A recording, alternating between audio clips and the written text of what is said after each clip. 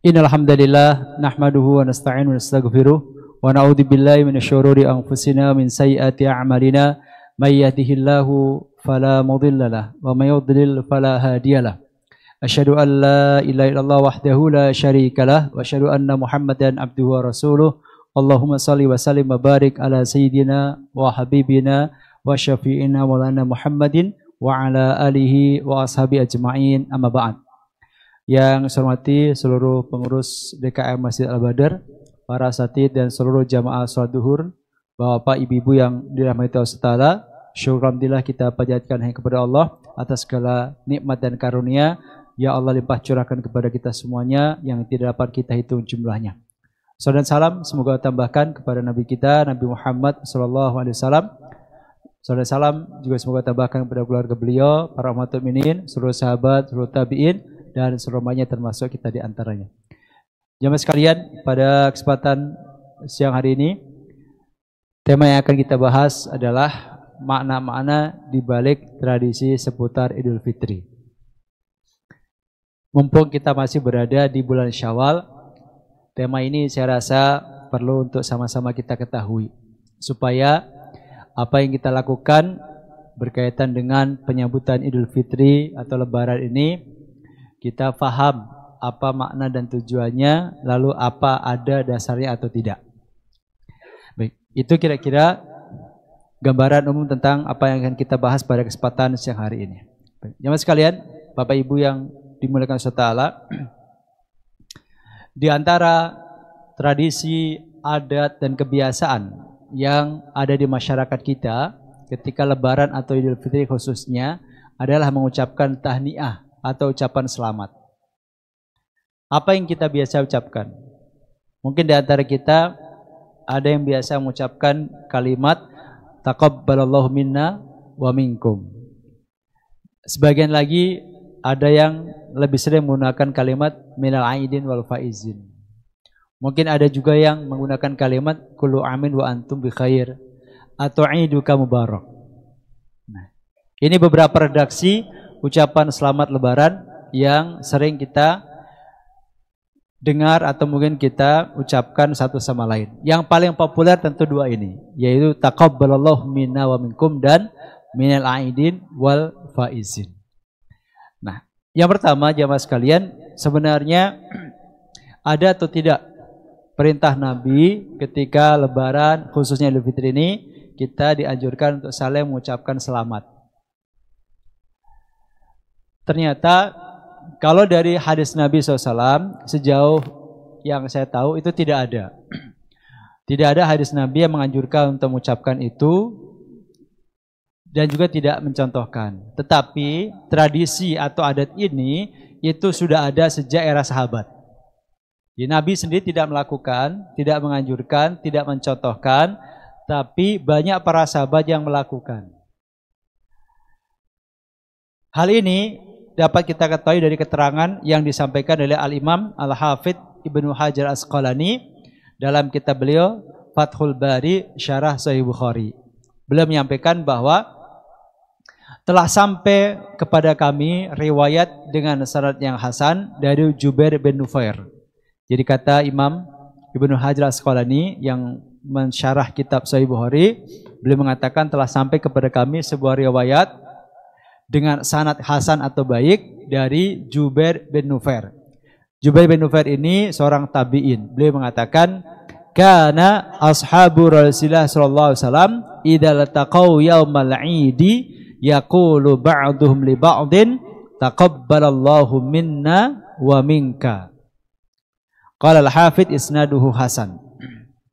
Kata Jubair bin Nufair, dahulu para sahabat jika mereka saling bertemu pada hari raya, sebagiannya mengucapkan kepada sebagian yang lain, taqabbalallahu minna wa minka. Kalau dalam redaksi riwayat ini disebutkan dengan kalimat wa minka. Kita biasa menggunakan kalimat wa minkum. Tapi sama. Minka kalau lawan bicara kita satu orang, minkum kalau lawan bicara kita banyak. Jadi redaksi taqabbalallahu minna wa minkum itu redaksi yang biasa digunakan oleh para sahabat Nabi Shallallahu Alaihi Wasallam, sebagaimana keterangan dalam kitab Fathul Bari ini.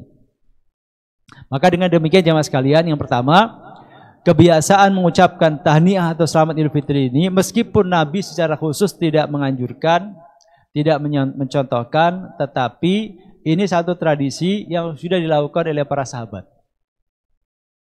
Sehingga hal itu diperkenankan atau dibolehkan. Keterangan tambahan disampaikan oleh Syekhul Islam Ibnu Taimiyah. Beliau pernah ditanya tentang hukum mengucapkan selamat lebaran dan apakah ada dasarnya atau tidak. Syekhul Islam ditanya, halit tahni'atu fil 'idi wa ma yajri 'ala al-sunnatin nasi 'iduka mubarak wa ma ashbahahu hal lahu aslun fi syari'ati amla wa idza kana lahu aslun fi syari'ati famal ladzi yuqal.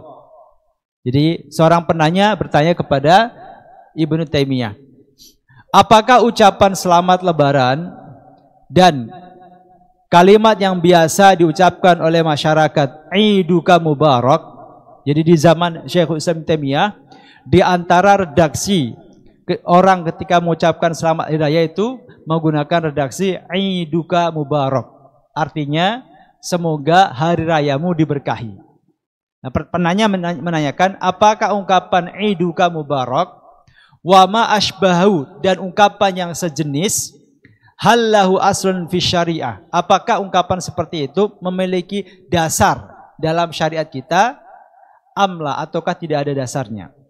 Wa idza kana lahu aslun fi syariah, jika ucapan selamat lebaran itu memiliki dasar dalam syariat Islam, famal ladzi yuqal, maka redaksi seperti apakah yang hendaknya diucapkan. Fa'ajaba, maka Ibnu Taimiyah menjawab, amma tahni'atu yaumal 'idi yaqulu ba'dum li ba'din idza laqiyahu ba'da salatil 'id taqabbalallahu minna wa minkum wa ahalahu Allahu 'alaika wa nahwa dzalika fa hadza qad ruwiya an ta'ifati minas sahabati annahum kanu yaf'alunahu wa rakhasa fihi al-a'immah. Ibnu Taimiyah mengatakan, adapun mengucapkan selamat hari raya di mana sebagian atau satu sama lain di antara kita mengatakan ketika berjumpa saudaranya setelah sholat Id mengucapkan taqabbalallahu minna wa minkum, atau mengucapkan wa ahalahullahu 'alaika wa nahwa dzalika, dan ungkapan-ungkapan yang semakna, fahada qad ruwiya an ta'ifati minas sahaba, maka mengucapkan selamat lebaran seperti ini telah diriwayatkan dari sekelompok sahabat Nabi bahwa mereka dahulu melaksanakannya. Warakhasa fil a'immatu, dan para imam-imam besar itu juga memberikan kebolehan. Ka Ahmad wa ghairihi, seperti Imam Ahmad dan yang lainnya. Yang dimaksud Imam Ahmad di sini adalah Imam Ahmad bin Hambal yang dikenal sebagai pendiri mazhab Hambali. Beliau termasuk yang membolehkan. Hanya saja Imam Ahmad mengatakan, walakin qala Ahmad, Imam Ahmad mengatakan, ana la abtadi ahadan, aku tidak memulai untuk mengucapkan selamat hari raya kepada siapapun. Fa ini betadaan ahadun ajabtuhu, tapi kalau ada yang memulai mengucapkan selamat lebaran kepadaku, ajabtuhu, aku akan menjawabnya. Jadi Imam Ahmad bin Hambal ini salah satu muridnya Imam Syafi'i sekaligus yang mendirikan mazhab Hambali. Beliau mengatakan, kalau aku tidak akan memulai, tapi kalau ada yang mengucapkan kepada aku jawab, kata beliau. Kenapa seperti itu? Wadhalika li'anna jawabat tahiyyati wajibun. Karena menjawab ucapan selamat itu sebuah kewajiban. Menjawab ucapan salam itu sebuah kewajiban. Maka aku menjawab kalau ada yang memulai. Tapi wa ammal ibtida'u bitaniati falaysa sunnatan ma'muran biha, tetapi mengawali untuk mengucapkan selamat hari raya itu bukan sebuah sunnah yang diperintahkan oleh Nabi sallallahu alaihi wasallam, wala huwa aydan ma nuhiya anhu, dan itu juga bukan sesuatu yang dilarang. Faman fa'alahu falahu qudwah, maka barang siapa yang melakukan ada contohnya dari para sahabat, waman tarakahu falahu qudwah, dan barang siapa yang tidak melakukan juga ada contohnya dari sahabat. Jadi kalau sikap pribadinya Imam Ahmad bin Hanbal, itu beliau tidak memulai mengucapkan selamat lebaran, tapi kalau ada yang mengucapkan kepadanya dijawab. Alasan beliau adalah karena jawab salam itu wajib. Alasan tidak memulai karena tidak ada perintah dari Nabi. Jadi itu sikap pribadi dari Imam Ahmad bin Hanbal. Tetapi prinsip umumnya hukum mengucapkan selamat lebaran itu sesuatu yang diperkenankan oleh para ulama, dan juga tradisi seperti ini itu sudah ada sejak era sahabat Nabi Shallallahu Alaihi Wasallam. Nah kemudian apakah redaksinya harus taqabbalallahu minna minkum ataukah boleh dengan redaksi yang lain? Seperti kalau kita lebih banyak menggunakan redaksi minal aidin wal faizin. Boleh nggak menggunakan redaksi minal aidin wal faizin? Atau kalau bahasa Jawa Sugeng Riyadi misalnya. Mungkin di bahasa-bahasa daerah ada ungkapan-ungkapan yang semakna. Boleh atau tidak? Nah, untuk menjawab pertanyaan ini saya kutipkan jawaban yang disampaikan oleh salah seorang ulama kontemporer namanya Syekh Ibnu Utsaimin.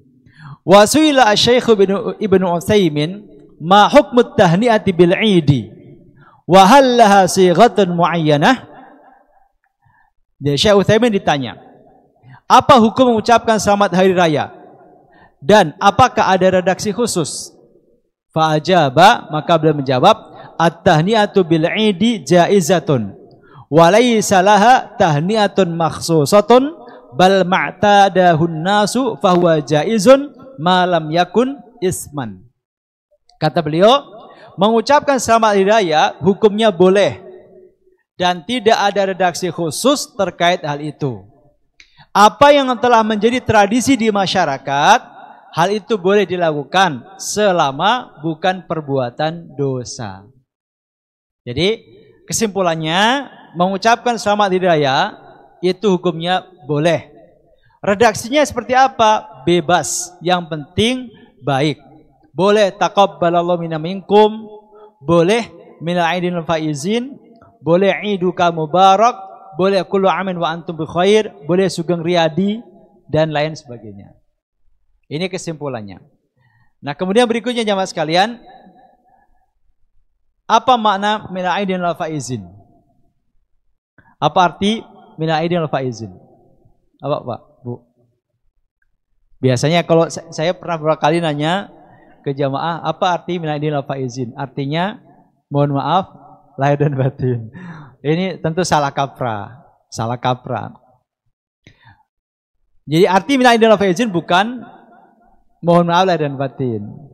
Tapi ini memang udah salah kaprah gitu. Jadi sering dirangke ketika mengucapkan minal aidin wal faizin, mohon maaf lahir dan batin. Seolah-olah itu terjemahannya, padahal itu bukan sama sekali. Itu jadi kayak kasusnya ini keset apa? Alas kaki keset yang biasa depan pintu yang terbuat dari apa? Serabut itu, tulisannya apa kalau di kaki itu? Welcome gitu. Mereka yang tidak paham bahasa Inggris dipikir keset itu bahasa Inggrisnya welcome gitu. Ini juga salah kaprah gitu. Bapak sekalian, sebelum kita bahas tentang makna minal aidin wal faizin, saya ingin sampaikan dulu dari mana asal usul kalimat ini. Kalau kalimat taqabbalallahu minna minkum tadi asal usulnya berasal dari para sahabat. Itu mereka biasa menggunakan kalimat itu. Tapi kalau minal aidin wal faizin dari mana asal usulnya? Atau siapa yang pertama kali mengungkapkan kalimat ini?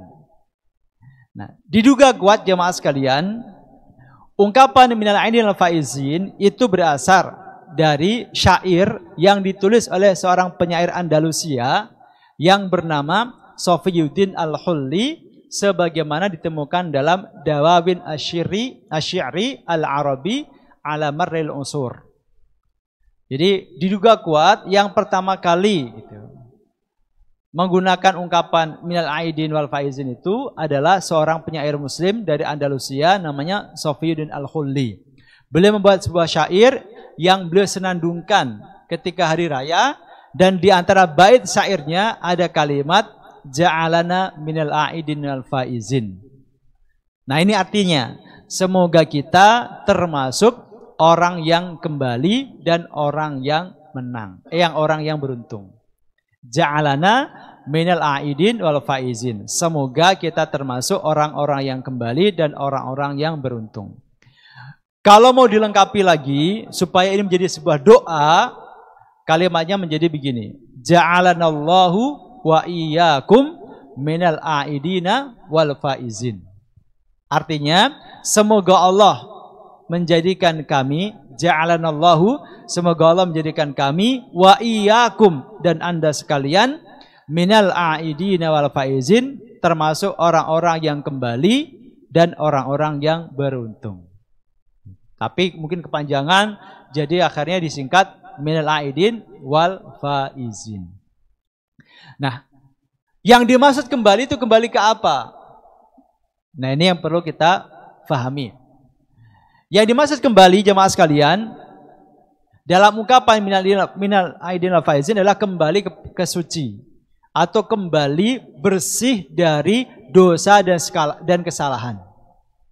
Jadi ja'alanallahu iyyakum minal aidin, semoga Allah menjadikan kami orang-orang yang kembali, artinya kembali suci, kembali bersih dari dosa.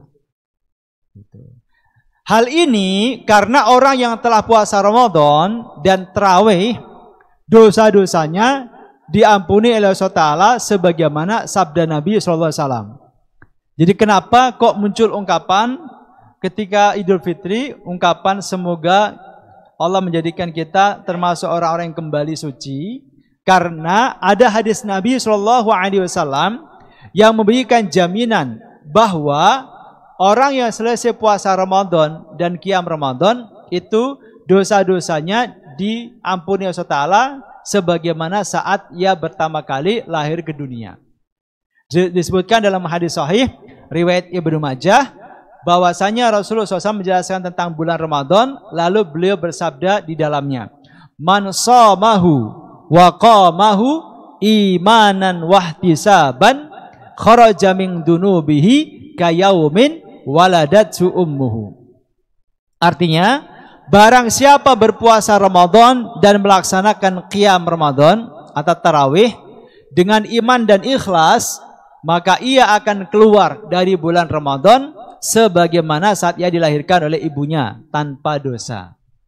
Di antara fadilah, janji, keutamaan yang disampaikan Nabi SAW, orang yang puasa Ramadan full ditambah melaksanakan qiyam Ramadan ikhlas karena Allah SWT, motivasinya iman, maka dijanjikan oleh Nabi selesai Ramadan dosa-dosanya akan keluar, dosa-dosanya akan berguguran sebagaimana saat ia pertama kali dilahirkan, nggak punya dosa. Maka kemudian diredaksikan dengan kalimat minal aidin, semoga kita termasuk orang-orang yang kembali bersih dosanya. Itu maknanya. Jadi maknanya bukan mohon maaf lahir dan batin. Nah, sebagai catatan tambahan jemaah sekalian, dosa kita yang diampuni oleh Allah Ta'ala setelah kita menyelesaikan ibadah Ramadan itu hanya dosa kita ke Allah saja. Sedangkan dosa kita kepada manusia tetap utuh. Jadi yang diampuni itu hanya dosa kita ke Allah. Kalau dosa kita ke tetangga, dosa kita ke saudara, dosa kita ke teman kerja, tidak diampuni. Allah nggak mau ikut cawe-cawe mengampuni dosa kita kepada manusia kalau kitanya belum minta maaf atau yang kita punya masalah belum menghalalkan. Jadi dosa yang diampuni Allah Ta'ala dengan kita selesai Ramadan itu hanya dosa kita kepada Allah saja. Dosa kita ke manusia tetap gitu. Misalnya kita pernah memfitnah, naudzubillah, ya harus minta maaf. Punya utang, ya harus dilunasi. Gak bisa kemudian orang punya utang lalu selesai Ramadan dianggap lunas, gak bisa. Nah, karena dosa-dosa kita yang diampuni Allah itu hanya dosa kita kepada Allah, sedangkan dosa kita ke manusia tidak, itulah yang kemudian diduga kuat. Setelah mengucapkan kalimat minal aidin wal faizin, itu kemudian para ulama menambahkan kalimat mohon maaf lahir dan batin. Sehingga dengan demikian dosa kita ke Allah bersih, Karena jaminan dari Nabi tadi, orang yang puasa Ramadan dan tarawih atas dasar iman dan ikhlas, dosanya dibersihkan. Dosa kita ke Allah beres. Nah, dosa kita ke manusia itu kita bersihkan dengan cara kita minta maaf. Maka setelah ungkapan minal aidin wal faizin ditambahkan kalimat dan mohon maaf lahir batin. Sehingga klop, sempurna. Nah, itu maksud dari kalimat tersebut. Nah, kemudian jemaah sekalian, catatan yang kedua, dosa kita yang diampuni Allah setelah Ramadan itu juga hanya khusus dosa-dosa kecil. Adapun dosa-dosa besar tidak. Karena dosa-dosa kecil itu, jemaah sekalian, yang ketiga, cara mensucikannya itu bisa melalui beberapa cara. Ada 3. Jadi ada 3 cara untuk mensucikan dosa kecil. Cara pertama adalah dengan bertaubat. Cara pertama mensucikan dosa kecil adalah bertaubat. Yang pertama. Cara kedua adalah bersabar atas musibah. Sebagaimana janji Nabi, ma yusibul muslimu min nasabin wala wasabin wala hammin wala huzrin wala ada hatta syauka yushakuha illa kaffarallahu biha min khotoyah. Atau kama qala Rasul. Tidaklah seorang muslim mengalami sakit, baik sakit ringan ataupun sakit berat, mengalami gangguan, mengalami penderitaan, bahkan termasuk duri yang menusuknya, melainkan semua musibah tadi akan menjadi salah satu penggugur dosa-dosanya. Jadi cara mensucikan dosa kecil yang kedua adalah kalau ada masalah, ada musibah apapun bentuknya itu, kita bersabar, maka itu menjadi penggugur dosa kita. Nah, yang ketiga, penggugur dosa kecil adalah melakukan amal soleh. Seperti puasa Ramadan, bersedekah, baca Quran, itu bisa menggugurkan, menghapuskan dosa kecil. Sebagaimana kata Nabi SAW dalam sabda beliau, ittaqillaha aitsuma kunta wa atbi'i sayyi'atal hasanata tamhuha. Bertakwalah kamu kepada Allah di mana saja kamu berada. Jadi pesan Nabi kepada kita, bertakwalah kepada Allah di mana saja kamu berada. Di masjid ataupun di luar masjid, ada yang lihat ataupun gak ada yang lihat, acara ibadah atau acara rekreasi, misalnya kita ada acara outing dari kantor, jalan-jalan, nginep misalkan di luar kota misalkan. Maka pesan Nabi tetap bertakwa meskipun kita sedang acara jalan-jalan, acara rekreasi. Waktu sholat ya sholat, meskipun gak ada yang lihat, kita jangan sampai melakukan perbuatan maksiat. Itu ittaqillaha haitsuma kunta. Bertakwalah kamu kepada Allah Ta'ala di mana saja kamu berada. Nah, tapi sekuat apapun kita bertakwa, yang namanya manusia itu tempatnya salah dan lupa. Maka pasti ada saatnya kita kepleset pada perbuatan dosa. Maka selanjutnya Nabi mengatakan, kalau kita terlanjur melakukan perbuatan dosa padahal kita sudah berusaha takwa semampunya, kata Nabi, wa atbi'i sayyi'atal hasanata tamhuha. Ikutilah perbuatan dosa yang terlanjur kamu lakukan dengan melakukan kebaikan. Maka kebaikan yang kamu lakukan itu akan menghapuskan kesalahan atau dosa yang kamu terlanjur kerjakan. Maka cara menghapuskan dosa kecil yang ketiga adalah dengan melakukan berbagai macam ibadah atau kebaikan. Maka itu korelasinya kenapa selesai Ramadan Allah ampuni dosa-dosa kita semuanya. Karena selama Ramadan kita full ibadah siang malam. Nah, catatan keempat, cara mensucikan dosa besar itu hanya bisa dilakukan dengan taubatan nasuha. Dosa besar contohnya naudzubillah berzina, korupsi, membunuh orang, mabuk, mencuri, dan lain sebagainya. Tidak sholat, tidak puasa Ramadan, itu dosa-dosa besar semua. Nah, ini nggak bisa dihapus dengan cara kita puasa, dengan cara kita baca Quran, nggak bisa. Kalau dosa besar harus bertaubat dengan taubatan nasuha yang harus memenuhi 3 syarat. Pertama, menyesali perbuatan dosa tersebut, 1. Yang kedua, mohon ampun atas dosa yang telah kita kerjakan. Dan yang ketiga, meninggalkan dosa tersebut dan bertekad tidak akan mengulangi lagi di waktu yang akan datang. Nah, itu cara bertaubat yang benar. Pertama, menyesali. Yang kedua, minta ampun. Yang ketiga, dosa itu kita tinggalkan dan bertekad tidak akan mengulangi lagi. Nah, dengan cara seperti itu maka dosa kecil ataupun dosa besar insya Allah Allah akan maafkan. Nah, jemaah sekalian, nah itu kira-kira makna dari beberapa tradisi yang ada di masyarakat kita. Nah, satu lagi adalah tradisi berkunjung. Kenapa ada tradisi berkunjung? Di antara rahasia tradisi berkunjung itu kan supaya kita bisa ketemu banyak orang. Sehingga aktivitas kita minta maaf itu menjangkau banyak orang. Dan ini terinspirasi dari sunnah Nabi SAW bahwa beliau karena Rasulullah SAW khalafat tariqa fil id. Dahulu Rasulullah SAW itu kalau berangkat sholat id dan pulang itu biasa melalui jalan yang berbeda. Jadi Rasul kalau berangkat sholat id itu misalkan berangkatnya lewat jalan veteran misalnya, nanti pulangnya lewat jalan Purnawirawan misalnya. Apa hikmahnya? Supaya ketemu banyak orang yang berbeda.